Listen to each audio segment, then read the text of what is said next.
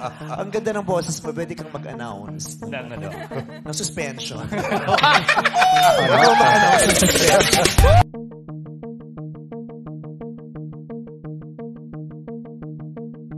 Isang nakakalungkot na balita ang bumalot ngayon sa mga madlang people. Ito ay matapos kumpirmahin na ng entertainment editor at journalist na si Crispina Belen na pinatawan umano ang It's Showtime ng MTRCB ng 12-day suspension.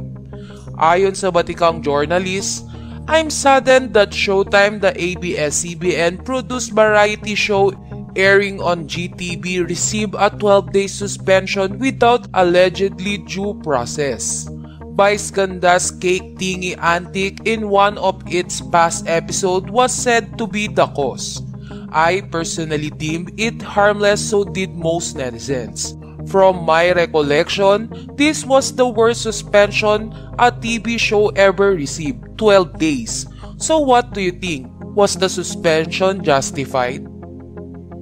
Matatandaan na una ng tinalakay ni Christopher Min na nakatanggap ng 12 suspension ang It's Showtime dahil sa viral cake scene ni Vice Ganda at Ayon Perez. Naging laman din ng social media ang naging eksena kanina ni Vice Ganda at Bong Navarro sa It's Showtime. Habang kumakanta kasi si Bong ay nagbiro si Vice Ganda tungkol sa tono ng boses nito. Ayon kay Vice Ganda, ang ganda ng boses mo, pwede ka mag-announce ng suspension.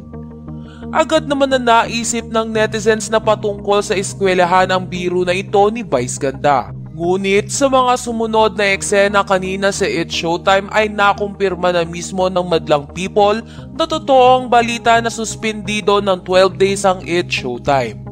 Sa closing kasi ng It's Showtime kanina ay sabi ni Vice Ganda na meron silang i-announce ngunit pinigilan ito ng kanyang mga kasamahan. Gayunpaman ay galit na galit ang madlang people sa pagpataw ng suspension ng MTRCB sa It's Showtime. Anila ay hindi pa ba sapat sa nasabing ahensya ang stress na dinulot ng reklamong ito sa It's Showtime kay unkabogable star Vice Ganda. Sa kabilang banda ay tahimik pa ang It's Showtime maging ang MTRCB sa balitang ito.